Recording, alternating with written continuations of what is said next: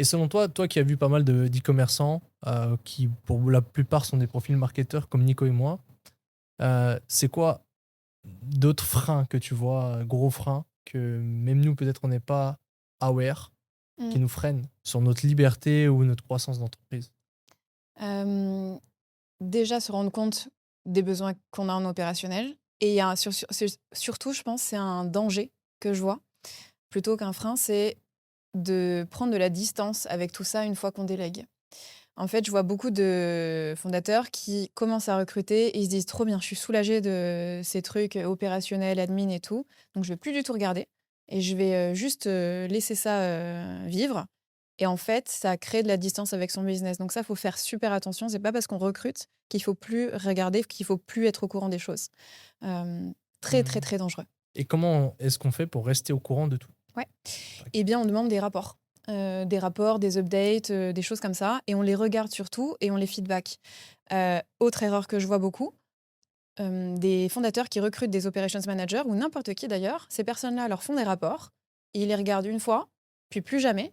Du coup, les rapports sont de moins en moins bien, il y a de moins en moins d'efforts qui est fait de la part des équipes pour travailler, et finalement, les rapports n'existent plus, le fondateur ne s'en rend pas compte. D'un coup, le fondateur se réveille, il se dit, mais attends, je sais plus, où sont les rapports? C'est nul, ils sont pas bien faits. Et en fait, ça fait une loupe comme ça. Et donc, pour éviter ça, quand on fait des rapports, on s'engage envers ses équipes à les regarder et à donner des feedbacks dessus.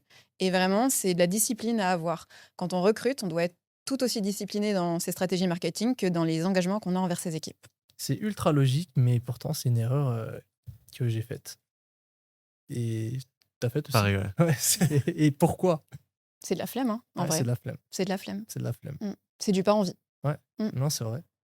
Je l'avoue. Voilà. Donc ouais, c'est un truc vraiment très bête. Donc en gros, si je résume, il faudra avoir des rapports. Mm. Donc si quelqu'un a une grosse team, il faudrait qu'il ait des rapports que sont la personne en dessous de lui, donc c'est Head of Ops ou COO, ait des rapports de tous les secteurs importants.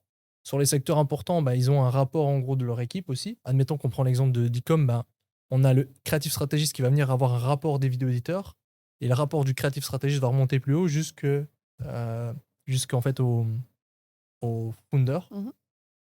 Et le founder doit bien regarder ses rapports. Et qu'est-ce qui doit être perçu par le founder? Qu'est-ce qui lui est pas adressé? Comment discerner ce qu'il doit avoir ou pas? Parce qu'il peut y avoir beaucoup de choses. Ouais.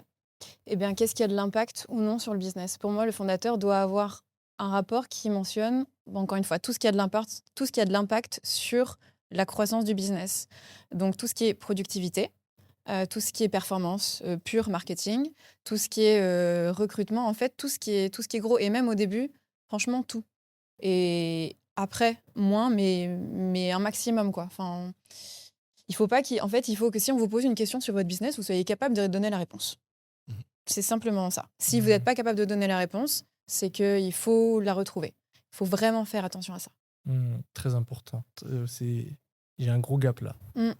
Mais tu vois, je parlais à, pareil, un mec du mastermind qui, quand j'ai travaillé avec eux, je leur ai demandé, on a recruté énormément de personnes, je leur ai dit, demandez un loom de 3 minutes max à chaque personne dans votre équipe. Ils n'ont jamais regardé les looms de leur équipe. Et là, il y a quelqu'un qui a arrêté de faire les looms depuis 3 mois, ils sont en colère. Mais en fait, tu vas pas être en colère vraiment envers quelqu'un qui envoie pas de loom depuis 3 mois, alors que les fondateurs, en un an, n'ont jamais regardé les looms de ce mec-là. Tu vois. Et, voilà. Ouais. C'est important de rappeler. Donc, tous ceux qui regardent le podcast, qui étaient comme Nico et moi, regardez les rapports, regardez les looms, faites un effort, soyez pas flemmard. C'est important. Et c'est Leïla Hormozy d'ailleurs qui avait fait un réel il y a quelques temps qui disait que sa routine, c'est que tous les lundis matins, elle regarde, elle les reporte d'absolument tout le monde dans ses équipes et elle fait des feedbacks. C'est ce que je fais également. Je commence jamais ma semaine sans avoir regardé tout ce qui se passait dans ma team, avoir fait des rapports et des feedbacks à toutes mes équipes. Mhm.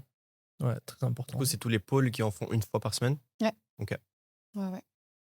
C'est à chaque fois sous forme de loom qu'ils les envoient? Moi, j'aime pas les looms parce Ok. que ça me saoule. Mais moi, j'aime bien les PDF, hein, les documents à lire. Ok. Mais si tu préfères un loom, tu fais un loom et tu laisses des commentaires, tu sais, sur chaque partie. Moi, j'ai une question. Comment être sûr que ces rapports, il n'y ait rien qui manque? Quand tu vas commencer à feedbacker, tu vas commencer à demander de la data supplémentaire. En fait, ton rapport, il sera jamais bien au début. Et c'est justement en faisant ces retours que tu vas voir les manquements et que tu vas le peaufiner. Et à terme, tu vas voir que tu vas retirer des choses. En fait, au début, ton rapport, il sera comme il sera.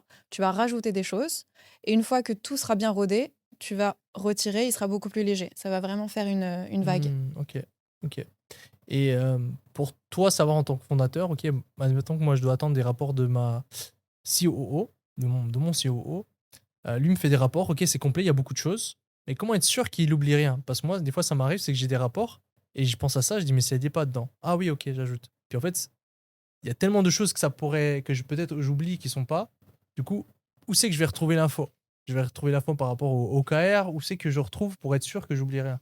Alors moi, c'est un conseil que j'ai qui est un peu bizarre, mais en gros, j'ai une liste avec tous les projets qui existent actuellement dans ma boîte et tous les gens que je connais dans ma vie. Donc moi, je le pose vraiment mes mots Ok, perso. ok. J'ai même mis mon dentiste et mon banquier, tu vois.